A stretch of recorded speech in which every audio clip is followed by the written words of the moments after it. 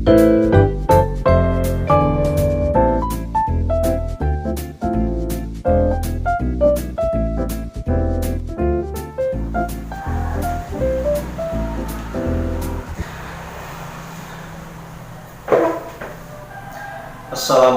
warahmatullahi wabarakatuh.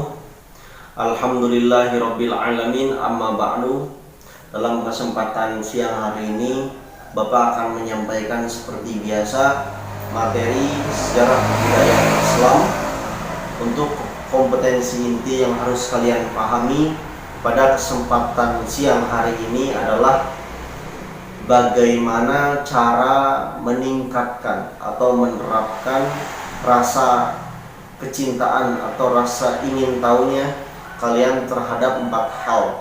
Yang pertama terhadap ilmu pengetahuan, yang kedua terhadap teknologi, yang ketiga terhadap seni, dan yang keempat terhadap budaya.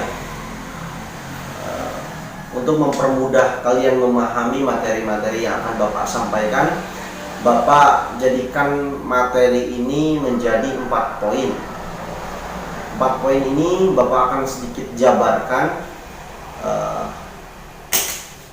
Kalian tolong bisa memahaminya atau memperhatikannya dengan baik. Baik, Bapak sudah mencatat rangkumannya.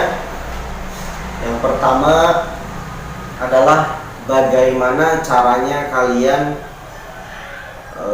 untuk menerapkan rasa ingin tahunya terhadap ilmu pengetahuan. Kita tahu ilmu pengetahuan ini sangat luas, maka Imam Ghazali di dalam kitabnya terhadap umat manusia memberikan maklumat atau memberikan keterangan, yaitu kata Imam Ghazali ada 4 kriteria manusia responnya terhadap ilmu pengetahuan, atau mohon maaf, ada 4 kriteria manusia yang Imam Ghazali jelaskan responnya terhadap ilmu pengetahuan.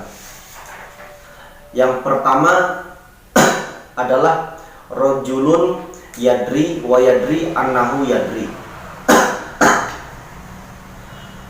Yang pertama ini adalah orang yang mempunyai ilmu, mempunyai kapasitas, dan dia sadar terhadap ketahuannya terhadap ilmu pengetahuan.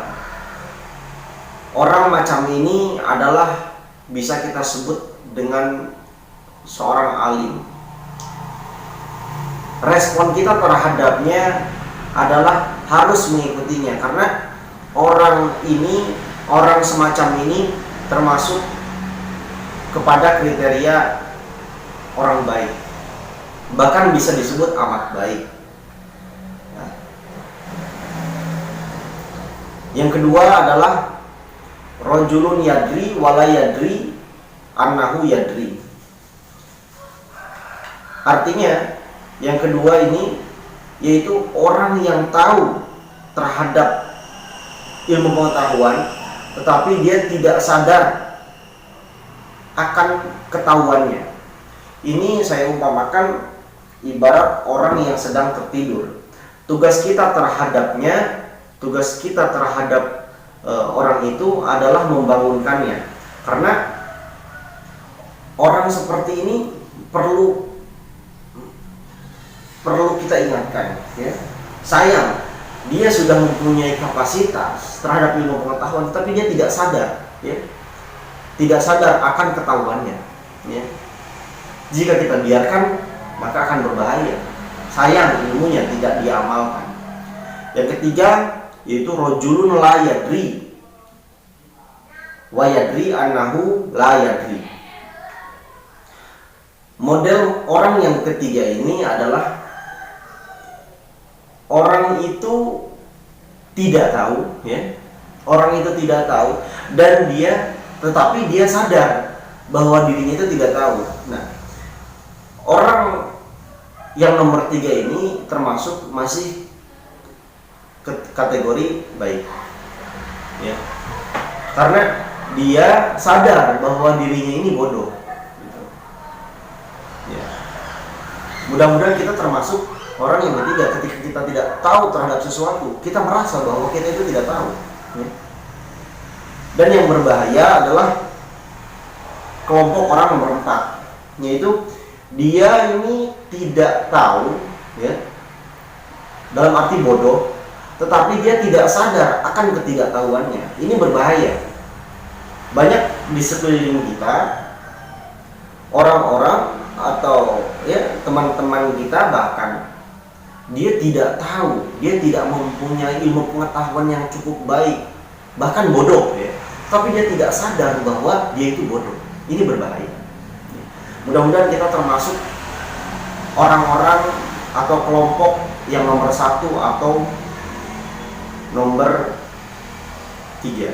Ini termasuk baik, ya. Selanjutnya, poin kedua, setelah ilmu pengetahuan yang harus kalian tingkatkan rasa ingin tahunya, yaitu terhadap teknologi. Kita tahu bahwa negara Indonesia ini mempunyai seorang ilmuwan besar terhadap teknologi. Siapa itu? Beliau adalah Muhammad Yusuf Habibie, mantan Presiden Republik Indonesia yang mempunyai kecintaan terhadap teknologi yang sangat besar dan kecintaan terhadap perkembangan teknologi tanah air ini. Ini perlu kita tiru. Bahkan dalam sejarah mencatat ketika dia setelah lulus dari kampus ITB, dia datang untuk belajar teknologi ke Jerman, ya. Bahkan dalam satu cerita, dia sempat ingin mengumpulkan teman-temannya yang studi di negara-negara lain untuk mengumpulkan ke negara Jerman. Untuk apa? Untuk membicarakan tentang teknologi Indonesia, untuk membicarakan Indonesia, ya.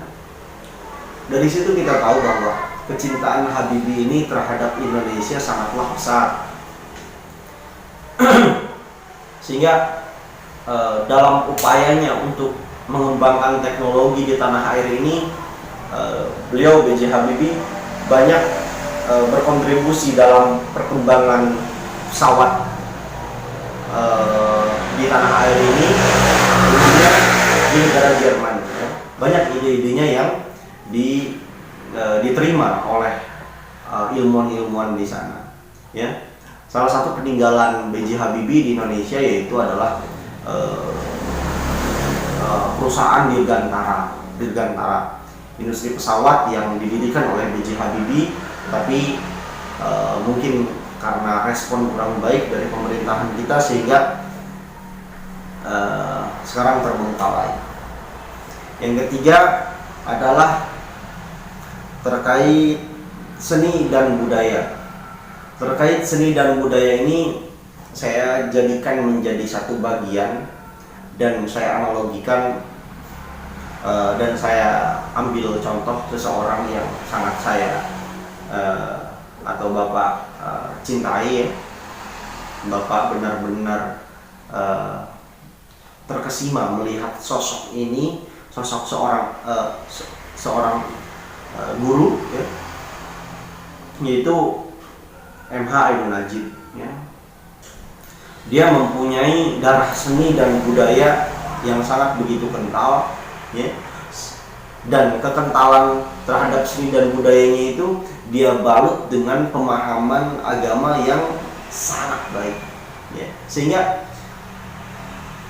M.H. Ainun Nadjib ini patut kita tiru, ya, keteladanannya, terus kereligiusannya terhadap agama. Sehingga orang yang seperti ini Bapak rasa adalah,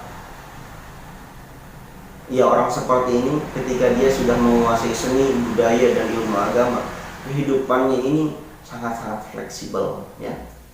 Mudah-mudahan kalian bisa mengambil pelajaran apa yang dilakukan M.H. Ainun Nadjib ini, atau yang sering kita sapa Cak Nun.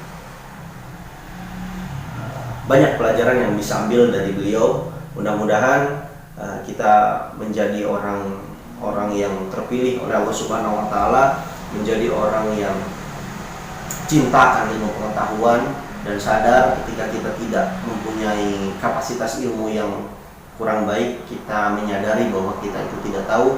Dan kedua, kita ada giroh terhadap teknologi, ya, terhadap perkembangan ilmu teknologi. Salah satunya tadi yang sudah Bapak sampaikan, B.J. Habibie yang sudah berupaya untuk bekerja keras untuk mengadakan industri pesawat di Indonesia ini, dan buktinya berhasil, ya. Kita bisa ambil contoh lain, misalkan apapun itu. Yang ketiga adalah seni dan budaya yang diberikan contoh yang sangat baik pengelolaannya atau penyatuannya oleh seorang Cak Nun atau MH Ainun Najib. Mudah-mudahan kalian dapat memahami apa yang Bapak sampaikan. Terima kasih atas perhatiannya. Assalamualaikum warahmatullahi wabarakatuh.